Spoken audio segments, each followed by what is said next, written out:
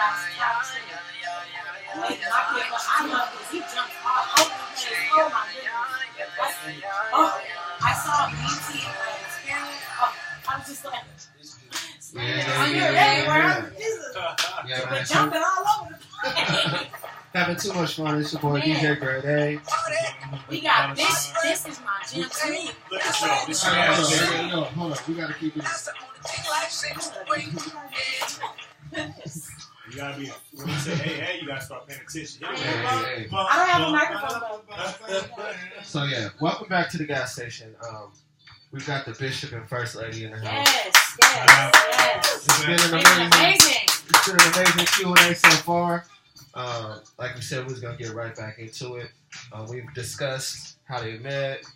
Again, the topic is blended and broken families, and the effect that it has on the family and community as a whole. So, again, to recap, I am from a blended family. I was raised by my mom. I call her my mom. I don't call her my stepmom. That was a choice we made when, at a young age. So we decided this is my mom. So that's all we know. And she's here to bring her perspective along with my father, to bring their perspective of living in a blended home and how to go about being as successful as you can in a marriage in a blended home. So I have a question. I don't know if you guys have any more questions. Man, you got them all tonight. We ain't mad at you. Get them out. I'm listening. Mine was more so. We're So we've talked about we've talked about how y'all met. We talked about setting the boundaries. We talked about sex before marriage. Then we get to the meat of things. You guys are married now. Now you have to deal with the baby mama.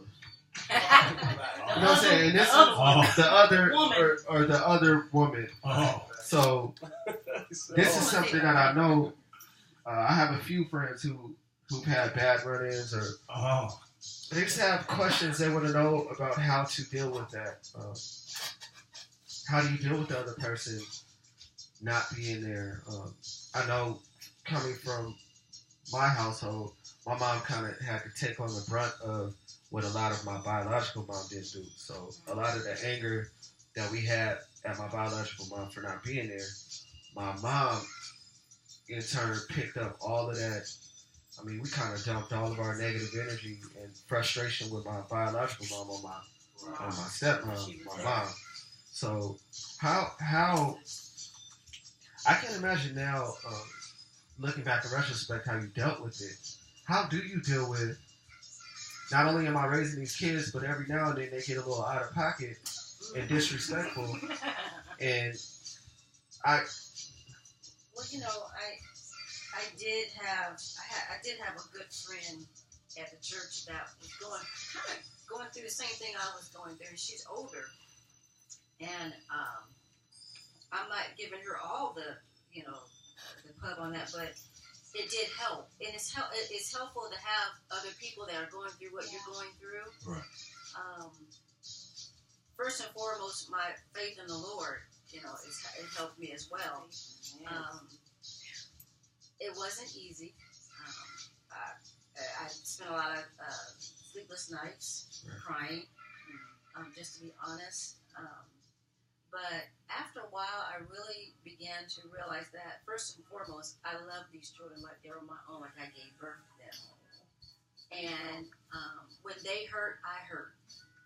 I mean, I sincerely hurt when they were promised, that they're going to be picked up, and then you see them out there. Sometimes they had these little suitcases. Right. They had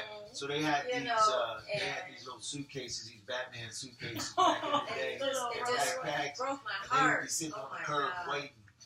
And so, and then there are times when she didn't show up, and then we would say, "Okay, man, you guys come on in." And they're like, "No, we're gonna wait for it."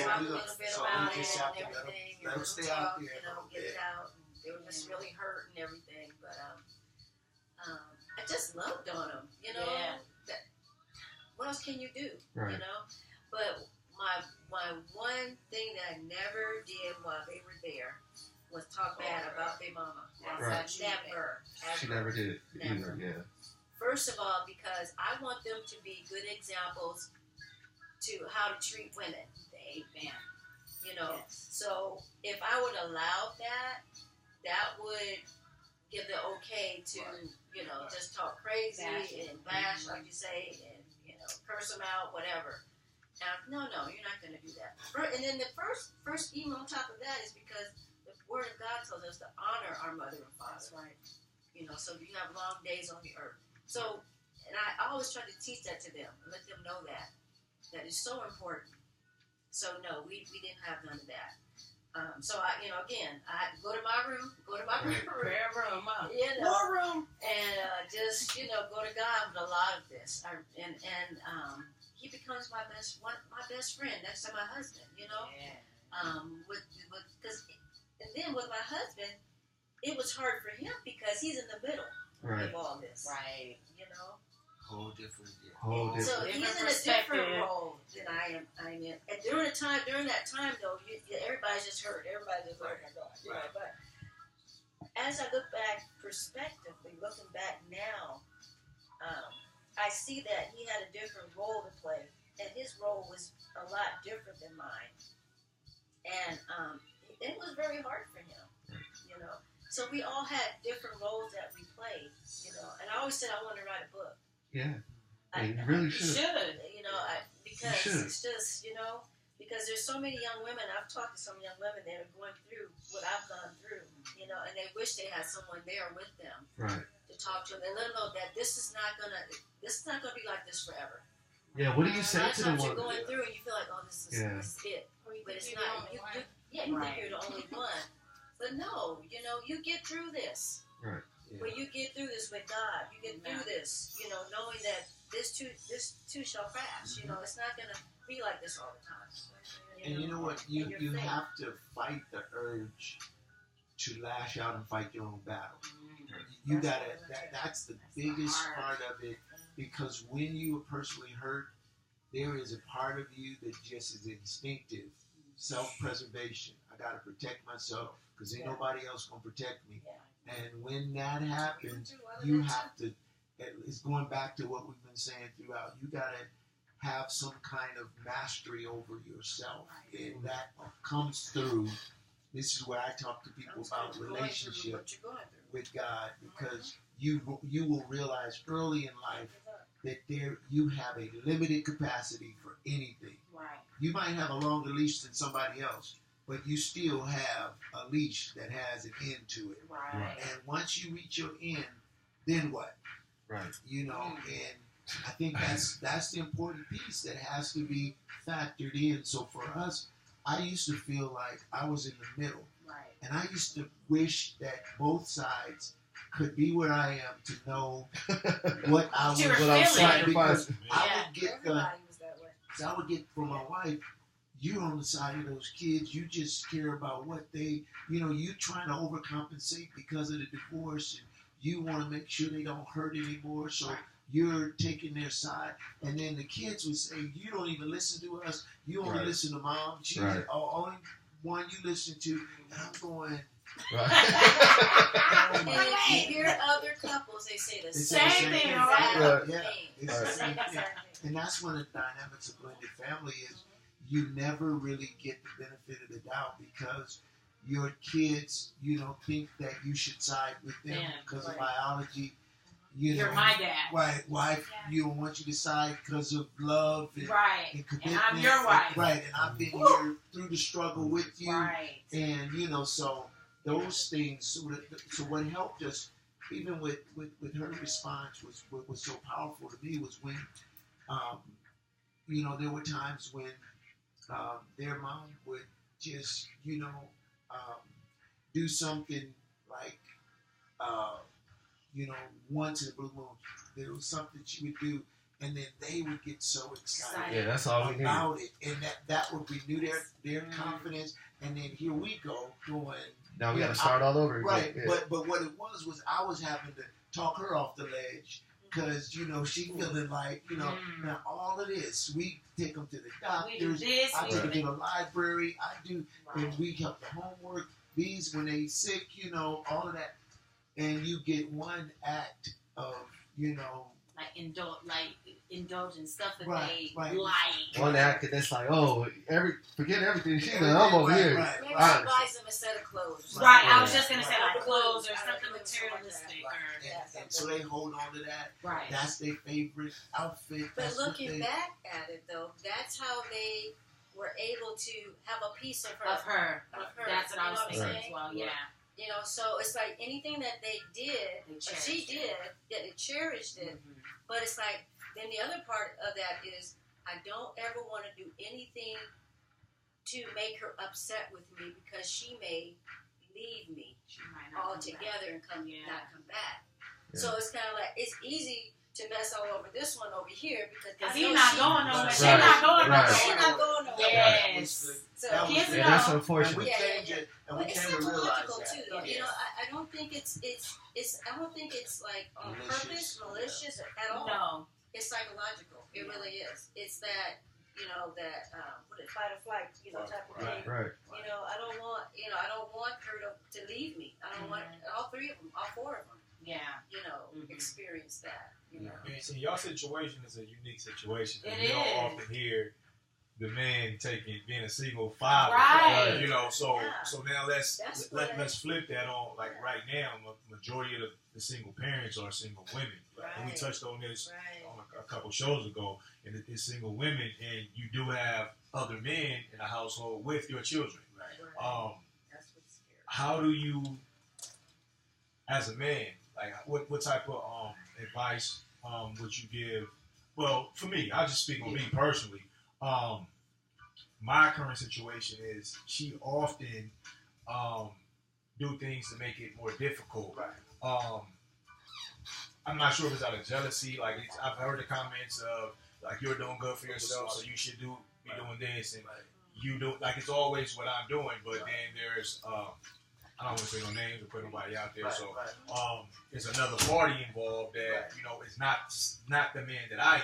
Right. You know what I mean, to her or to the kids. So it's always, it seemed like, let's complicate my life in order to compensate for what you don't have at home. And I used to lash out. You know what I mean? It was a point, like you said, I was at that point where I was back against the wall, and it's like now I'm lashing out, and I'm saying everything that I should not say because my daughter, her mom is going to say, your dad said A, B, and C. And like I tell her, like you're the first example of a woman that she's going to see. So I don't want her to see you in a negative light. I want her to see the best you. And at the same time, I want her to see the best me. So why push me to a point to where it looked like I'm the bad guy? Right. But after a while, like you said, I was incarcerated. And incarcerated, like I tell people all the time, I wasn't arrested. I was rescued because I needed it. You know what I mean? And that's where I've always been in the church and always thought I had God in my life, but that was when I was really able to sit down and accept it. Right. And with that being said, it gave me a different type of peace. And I tell people all the time, I found my peace when I was incarcerated. So now as a father, it's easy for me to let that go over my head and just say, you know what, that's just you being who you are. I'm not going to buy into it. I'm not going to let you manipulate the situation. I'm just going to continue to be a father. Right. But it's not a lot of people like me. Right. I see with my own eyes, and they lash out still. If you don't have God in your life, well, you need God in your life. But for the people that's out there that may not, what type of advice would you give them in that situation? Yeah. So, So, sorry. go ahead. So one of the things, because what we had to deal with as well, and this, I'm giving bits and pieces of the story, but it's a pretty complicated story at times. So when my ex-wife left, I had all 4 kids. My daughter was 1. The boys were 3, 4, and 5 at the time. So they're all close together. Yeah. And so a year later, she came back and she asked for my daughter. And I was feeling like that was probably the best for her to be with her mom. I could do something with the boys. I couldn't, with the little hair and stuff. That wasn't your forte. That was not my forte at the time. I would literally take her to church. No, I would take her to church as a little, but this was when she was 1.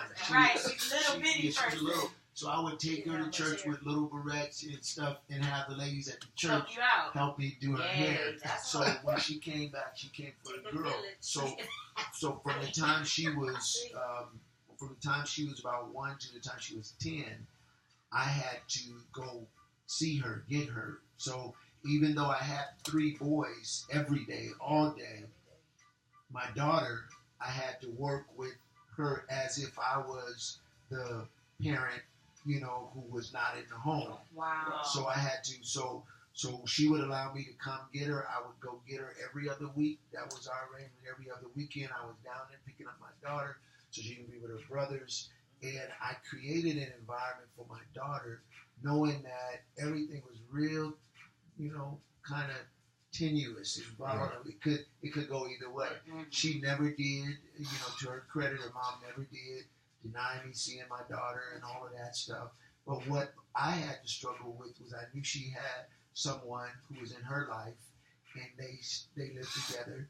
And when my daughter started calling him dad, you know, then I felt some kind of way about that. And so one night, while she was visiting, staying with us, you know, she was back and forth. We always tried to make sure she had her own space because she was only girl. Right. And so when she had her room, and they didn't always like that because that was like, you know, why she get right. Yeah. And so anyway, one at a time, she came in. She was crying that night, and she came in the room, and she said, you know, I'm just really sad because my mom and this other person that she'd been with were having problems. They was going through. They actually lived together for a while, then they got married, and in the midst of that, they wound up getting divorced. And my daughter was upset, and she was crying one night, and here we are, comforting her and having her get through this time. But as a father, I'm saying, I'm really, in my mind, I'm the only one you should be calling your dad, because I'm the one that's doing this and that.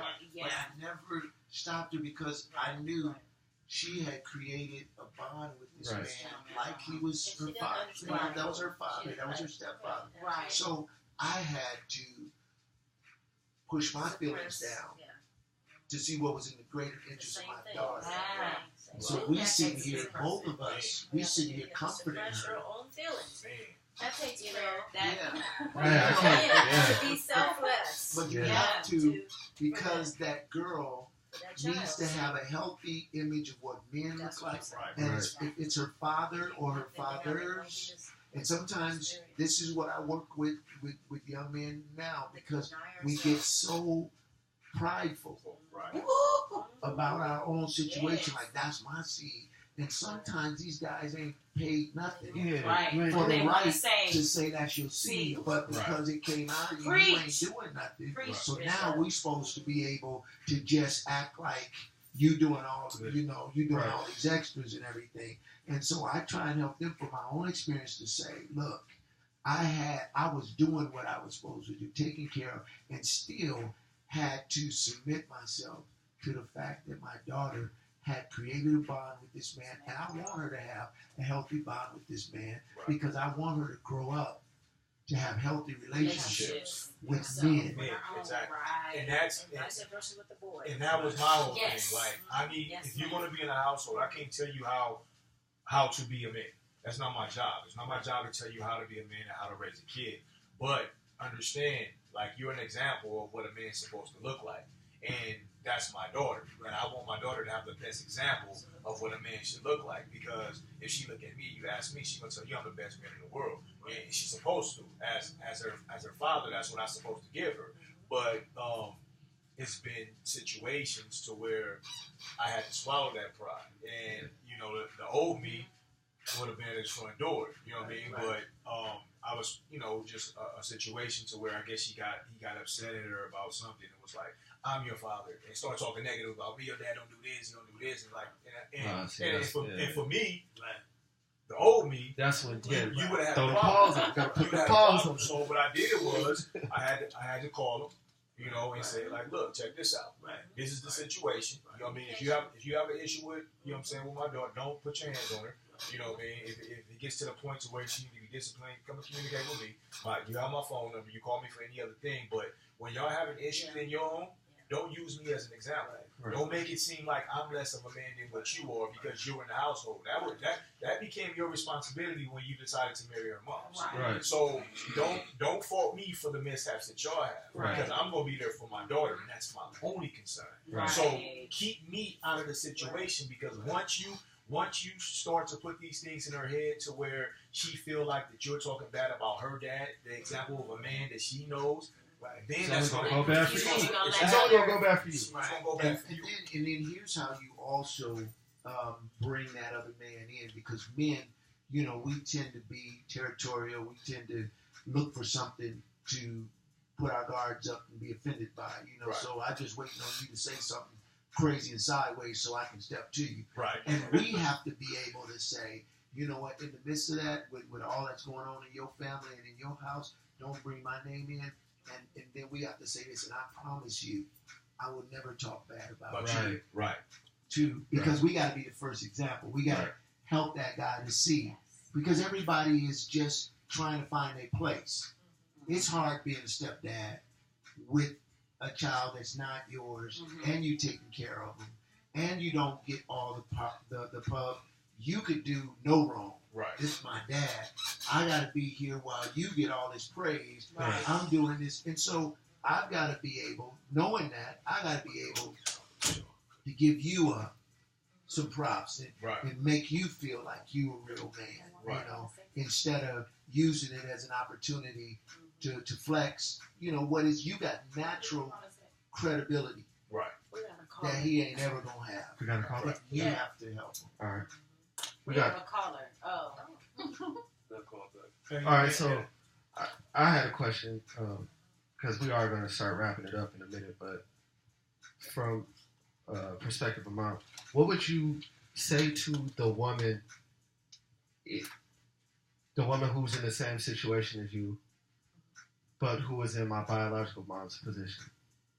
Something that to kind of wake them up as far as the effect that it has on the children, because they don't get to see that. You got to see that firsthand. So the biological. What would you say to the biological mother, having seen what the actions did to the children? Question. What would you say to her? I would say that you need to be mindful that, again, like I said earlier, children don't come into the world, on their own. They, we bring them in, okay, first of all. And if you have any love for that child, that you need to be mindful of that child or those children and put them first and foremost, above yourself, above your needs, above your wants. That's what that's all I can say. If you really love that child, those children, that you need to put them first. Sometimes it's really hard. Maybe it is hard, But that's where we got to get to. But that's where we have to get to, though. Yeah. Very true.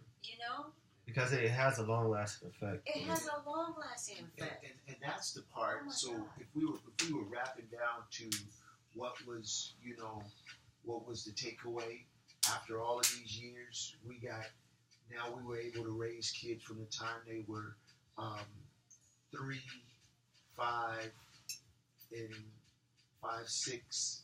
5, 7, 8. Yeah. So the boys were all. That was when we got married. And now they're adults, and now all of them in their 30s. And so that's a lot of years that we had to raise them. If anything I could say to us is that the takeaway is you're in an imperfect world and you're not going to get everything right.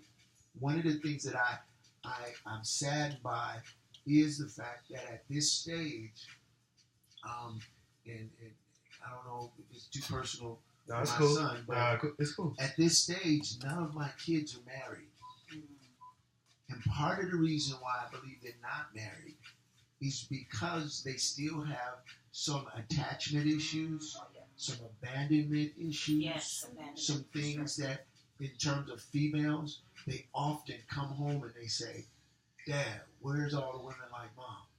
Like, where'd you? And I'm saying to them, guys, in order to get with this, like what I got, you got to kind of hang out in the places I hung out in order to try and get them. But there is a fear of really getting really close. And that's from all three of my boys, and even my daughter has it from another standpoint because now she's a female that didn't, when she saw Denise, she saw a woman being there, but in all actuality, when it came to that intact family, her mom was there for her, but in terms of how a whole family operates and works, everybody is struggling to try and with identity. Struggling with how that all looks. So we did the best we could do. We hung in there. We stayed together. But at the same time, there was this piece that was undone, and it still affects their life right now. I wish she could have stayed with us. I wish her mom would have took her back. On one hand. Well, so part of the story is once she got 10. Relationship with you, right? It's like it all got turned around for her with the boys. She missed the relationship that she didn't have with him for those 10 years or whatever. And they missed the relationship they didn't have with their mother, for a longer period of time. But so it got turned around. And so that's the fallout of it. Absolutely. That's the collateral damage. Even now, I see her trying to make up some time with her dad. Want to spend time when she comes around and everything, So, if anything, if we could say anything, it's, we've survived, we've done the best we could do, but you don't get away unscathed. You don't get away just with no damage at all. There is something. And so for any parent who's contemplating and considering, even if you take just a little bit of time off and say, I got to do me for a while, just know that there's going to be some impact to your kids. And, it is not going to, you're not going to get away clean. They still love you. They're not going to love you any less. Right. But there's going to be something that comes out of that. And you got to be ready to deal with that. Wow, that's powerful right there. Yeah, man. So that's true. Man, thank you, Mom and Dad, for coming through. I mean, it was an amazing, yes, you guys amazing time. Man, an amazing time with y'all, man. So, it's good to be here. Yes. Yeah. You're welcome back anytime. You know what? We went so far over our time. I think I'm just gonna let you do the final thought of the day. And if you want, I asked you to come and pray over our show. Pray for the success of our show. Pray for this unit that we have, that we remain tight, and that in our own individual lives we will realize success in relationships that you all have, and just a successful walk with God, and just to stay protected. So and being examples, being true examples for this hurting nation and the people that need guidance. That it's okay for us to be outspoken and able to encourage and and not feel odd. This is what we're supposed to be doing, and I love it. I love this. This is awesome. It's only yes, it is. Right. So I really do, along with my wife, I think we can share those sentiments that we really appreciate the opportunity to be here, and that I think it makes a parent feel very blessed to know that you did the best that you could do with your kids. You poured into them a foundation. My hope and dream was that my sons would be preachers like me. And yet I believe that they are preaching a different method to this generation that's going to be much more effective. They are not locked in a box. They're not doing it the way I would do it, but God always has a remnant. He always has someone who will go forward. And so, the other sons, they have the same passion and love for people. They love people. And so I believe that's something we passed on to them. My daughters love people as well. I would say to anybody in relationship with people that you have to love people where they are. One of my models when I deal with couples and people talking about getting married or talking about being in a relationship, wondering if they are compatible, I tell them to sit them across the table from each other, and I tell them to look each other deeply in the eyes and repeat these words after me. What you see is what you get. Hey, man. Hey, what? I told you. Did you hear that? I told you. Keep it real. We need that again. Right. So.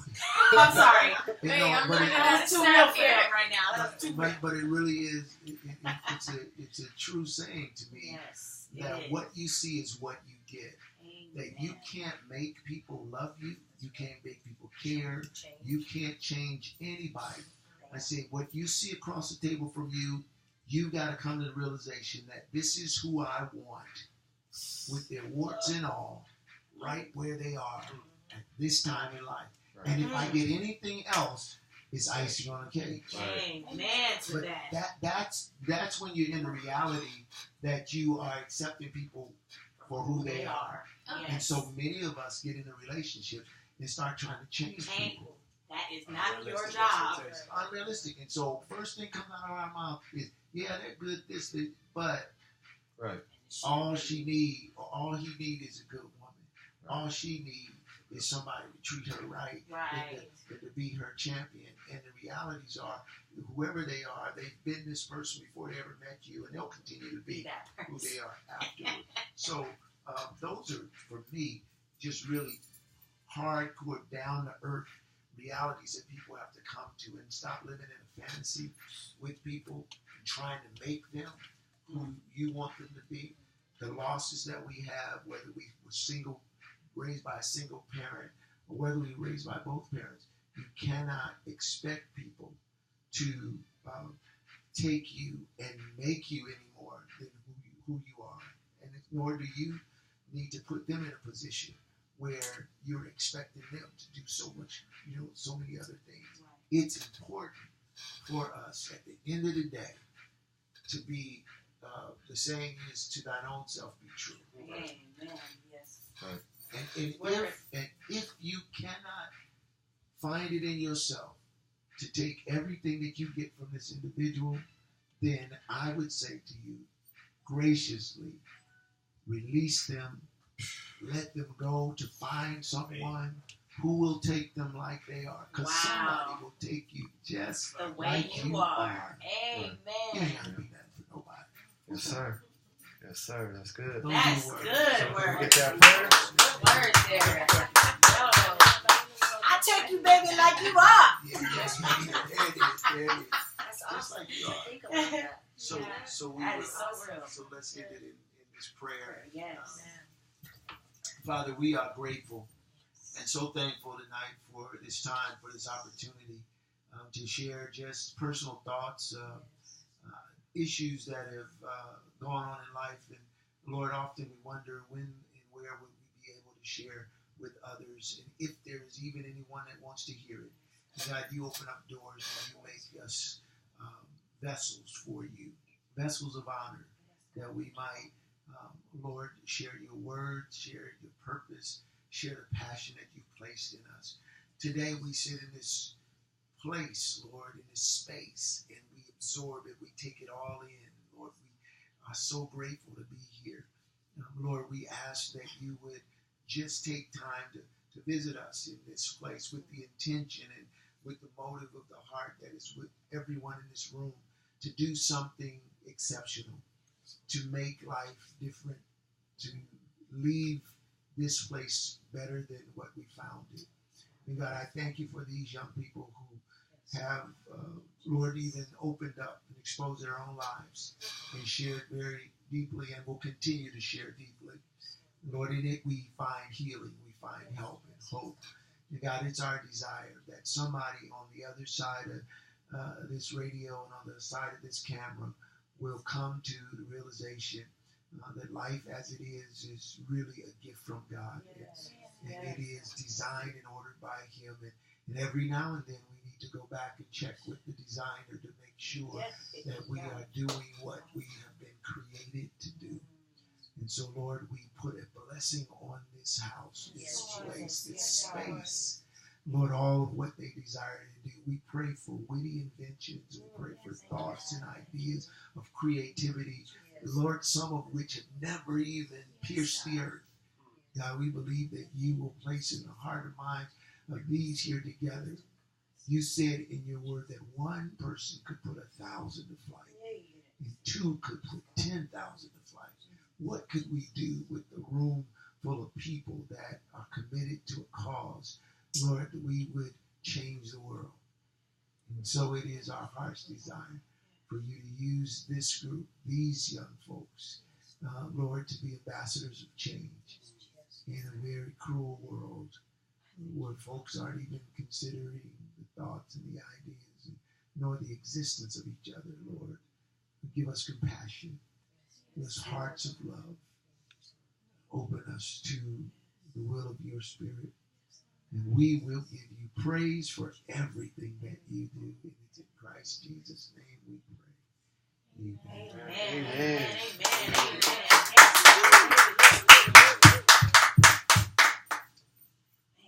May your day be great, That's it. That was awesome. Thank you so much. Appreciate you. Yeah. Appreciate you. Good job.